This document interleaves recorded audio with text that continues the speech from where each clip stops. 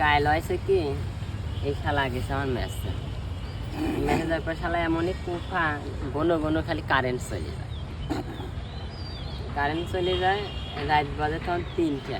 তখন দুইজন যা বসলাম দোলনায় বসতে ইতিমধ্যে প্রকৃতি আবার আমাকে ডাক দিয়ে বললো তোমাকে যুদ্ধে যাইতে হবে। আমি তো আবার যেখানে যুদ্ধ আছে সেখানে তো মনে করো যে আমি আর থামি যুদ্ধের ময়দানটা বাথরুম না বন্ধু?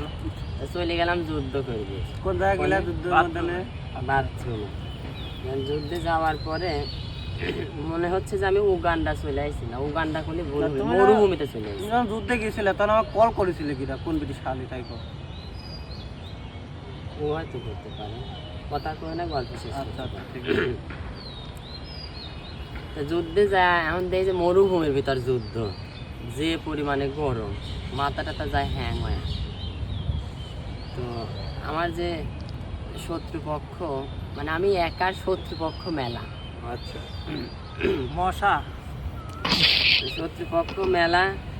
তা মনে করো যে উগান্ডা থেকে আমদানি করা ডোনাল্ড ট্রাম্পের যে মিসাইল আছে না, সেইটা নিক্ষেপ করি কেজি খানে, কিন্তু কাজ হয় না, বুঝছো?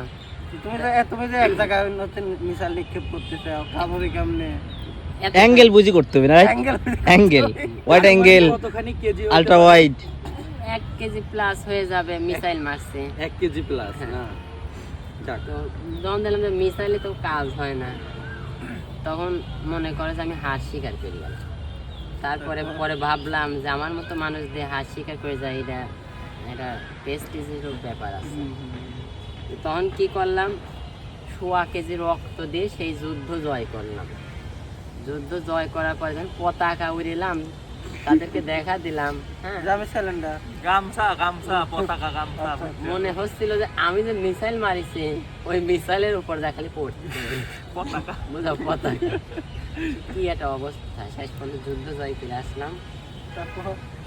এখন সারা গায়ে দেখি যে আমার পুরস্কার হিসেবে তেল মেখে দিচ্ছে। যেই বাড়ালাম আর শালা কারেন্ট ছিল।